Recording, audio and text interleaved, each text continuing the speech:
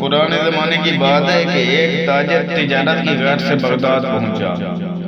پچھلے وقتوں میں تجارت کا یہ قانون تھا کہ تاجر جس ملک میں تجارت کرنے جاتا سب سے پہلے وہاں کے بادشاہ سے ملاقات کرتا، اپنا سارا سامان تجارت دکھاتا اور اس کی خوبیاں اور انفرادیت سے آگاہ کرتا۔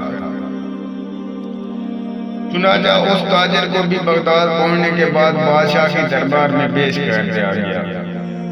تاجر نے بادشاہ کے حضور تحائف پیش کیے، پھر مال تجارت نکالا اور ایک ایک چیز کی خوبی بیان کرتے ہوئے دکھانے لگا۔ حضور، یہ پانی سے چلنے والی گاڑی ہے جو میں نے یونان سے خریدی ہے، یہ قالین ہے جو میں نے ایران سے خریدی ہے، اور یہ خالص ریشم کی تار سے بنا ہوا ہے۔ یہ قلم ملاحظہ فرمائیے جو میں نے جاپان سے بہت مہنگے داموں میں خریدا ہے۔ تاجر نے ایک ایک مال کی اہمیت بیان کی۔ بادشاہ نے مسکراتے ہوئے کہا، بہت خوب، تمام چیزیں بہت ہی عمدہ نایاب ہیں جو تم نے ایران، یونان اور جاپان سے خریدی ہیں، لیکن یہ بتاؤ کہ تمہیں ہندوستان میں ہمارے شایان شان کوئی چیز نظر آئی؟ تاجر نے بادشاہ کو متاثر کرنے کے لیے کہا، یوں تو بادشاہ سلامت، آپ کی شایان شان بہت چیزیں تھیں، لیکن جو چیز مجھے پسند آئی اس کو حاصل کرنے کے لیے مجھے کچھ عرصہ وہاں قیام کرنا پڑتا، جبکہ میرے پاس صرف 2 دن کا وقت تھا۔ بادشاہ نے پوچھا، اچھا وہ کیا چیز تھی؟ تاجر بولا، جناب وہ ایک موتی ہے، اور اس کی خاص بات یہ ہے کہ وہ دوسروں کو بانٹنے سے بڑھتا ہے، اس کو کوئی چرا بھی نہیں سکتا، اور اس موتی سے بہت سارے زیور بنا کر پہنے جا سکتے ہیں۔ بادشاہ بہت متاثر ہوا اور کہنے لگا، میں اسے حاصل کرنا چاہتا ہوں۔ اس نے فوراً اپنے ایک خاص وزیر کو بما سامان و سواری اس ہدایت کے ساتھ رخصت کیا کہ اب وہ موتی لے کر ہی لوٹے۔ وزیر اپنے مقصد کے لیے نکل پڑا۔ جنگلوں، سمندروں، پہاڑوں اور صحراؤں، غرض یہ کہ ہر جگہ کی خاک چھان ماری، وادی وادی گھوما، ہر شخص سے اس نادر و نایاب موتی کا پوچھا، مگر سب نے یہی کہا کہ ایسا کوئی موتی نہیں ہے جو چوری نہ ہو سکے اور اس سے بہت سارے زیور بن جائیں۔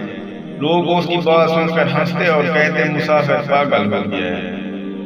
یوں ہی مہینوں بیت گئے، نا امیدی کے سائے گہرے ہونے لگے، لیکن بادشاہ کے سامنے ناکام لوٹنے کا خوف اس کو چین نہیں لینے دے رہا تھا۔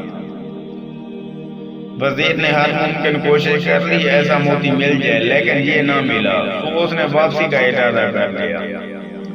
وزیر اپنی ناکامی پر زار و قطار روتا ہوا جنگل سے گزر رہا تھا کہ رات کافی ہو چکی تھی اور وزیر بہت تھک بھی گیا۔ ایک درخت کے پاس آرام کرنے کے ارادے سے لیٹا ہوا تھا، اسی لمحے ایک روشنی اپنی جانب بڑھتی ہوئی نظر آئی۔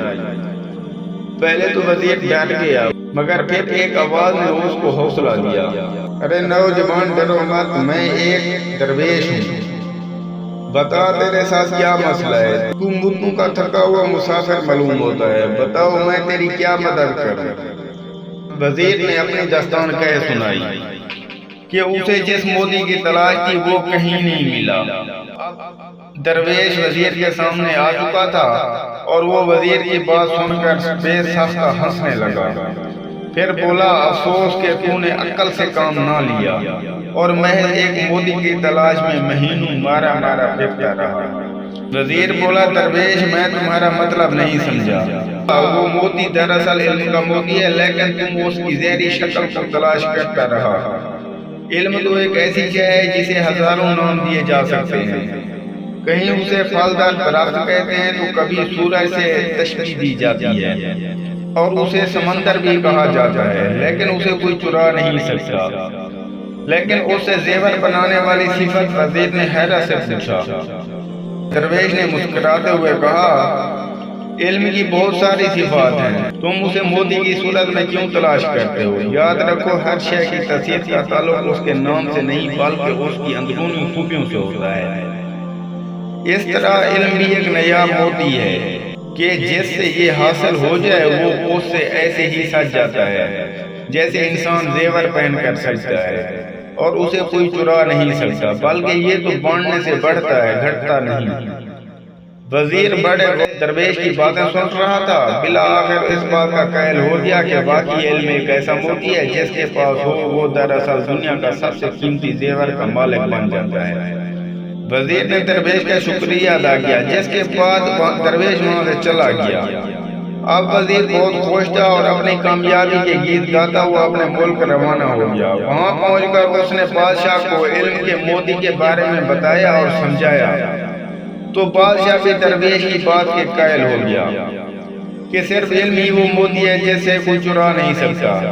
پیارے ساتھیو، علم ایک ایسا موتی ہے جس کی چمک دمک زمین سے آسمان، عرش سے عرش تک، اور علم کی اس موتی کی روشنی میں ہی انسان کائنات کے خالق و مالک تک رسائی حاصل کر سکتا ہے۔ تو دوستو، امید کرتے ہیں یہ ہماری ویڈیو آپ کو پسند آئی ہوگی۔ اگر ویڈیو پسند آئی ہو تو اپنے دوستوں احباب کے ساتھ شیئر کیجیے گا۔